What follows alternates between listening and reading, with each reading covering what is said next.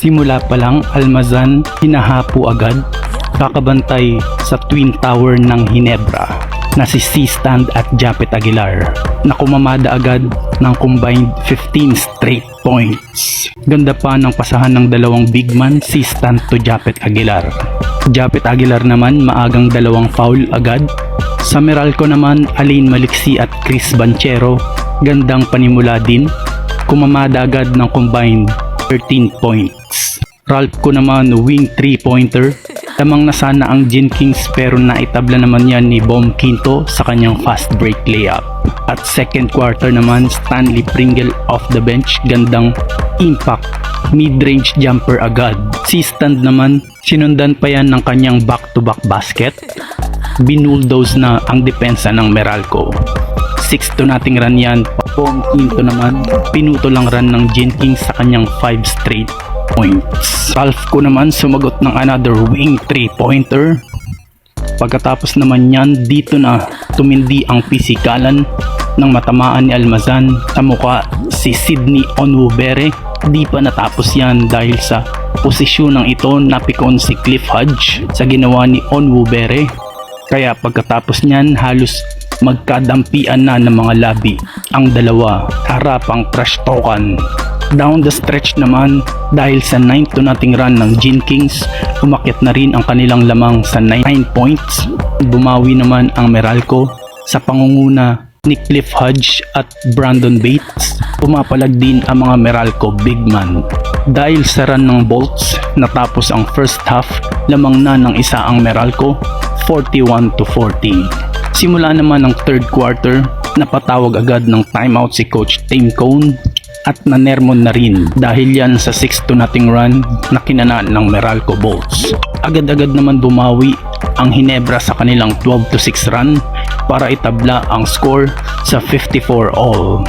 Ralph Ku another wing 3-pointer, sinundan pa yan ng putback layup ni Japet na nakapagtala na ng 14 points. At sa wakas, Scottie Thompson nakabasket na din sa kanyang fast break layup at Ralph Ku tres na naman at sinundan pa yan ng baseline jumper ni Stanley Pringle. Nakuha na ng Ginebra ang kalamangan sa score na 59-56 at Maverick Ahan Misi at Stanley Pringle kumana ng back-to-back 3-point shot. Umiinit na ang Ginebra. At di pa yan natatapos dahil humirit pa ng buzzer beater 3-point shot si Scottie Thompson at lumobo na ang kalamangan ng Ginebra sa 12 points. At natapos ang third frame sa score na 73-61. Fourth and final quarter naman, Ralph Ku patuloy na nagiinit, kumana na naman ng kanyang panglimang 3-pointer. Tandaman naman another fast break layup, inilipat pa sa kaliwa ang bola. Nag-take over na sa game 1. Stanley Pringle tres na naman at another layup sa ilalim.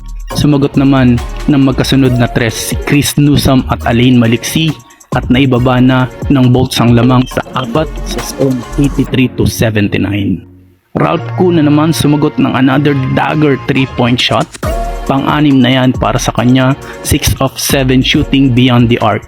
At sinundan pa yan ng end one play ni C-Stand at nag-flex na ng muscle si C-Stand, hype na hype sa score na 79-89. Chris Newsome sumubsob na sa sahig para maibaba ang lamang sa 4, 90-86.